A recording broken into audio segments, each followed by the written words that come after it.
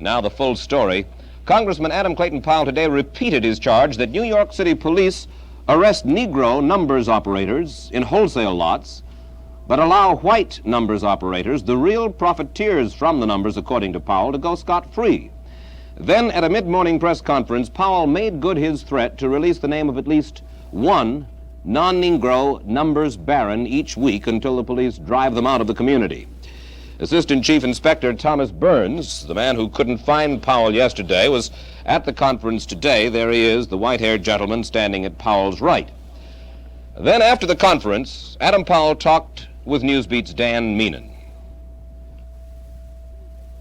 Congressman Powell, who is the first man on your list? First man on my list is Louis the Gimp.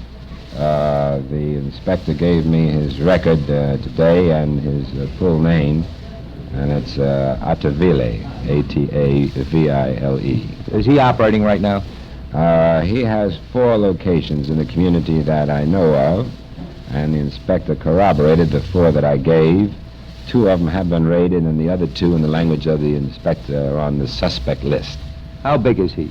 He's the biggest man in Harlem, and probably is the liaison between all the Harlem bankers, who are all white, and the syndicate. He was on Sergeant Liberta's list. Yes, his payoff, I have the list here before me. His payoff, listed as $750 a week, is 3 times that of the nearest person to him. And then I have another sheet, the individual payoff weekly to local people. And here it runs $15, $20, $25, but again, Louis is $100 a week. He's the biggest man. Then Meenan asked Inspector Burns about Powell's charges and about Louis the Gimp. Did you learn anything new this morning? No, the information we received we had already had in our possession. And Louis the Gimp is in our known gamblers file, and he has been getting attention. Is he still operating? To my knowledge, I don't know. He hasn't been seen, to my knowledge, in 2 months here.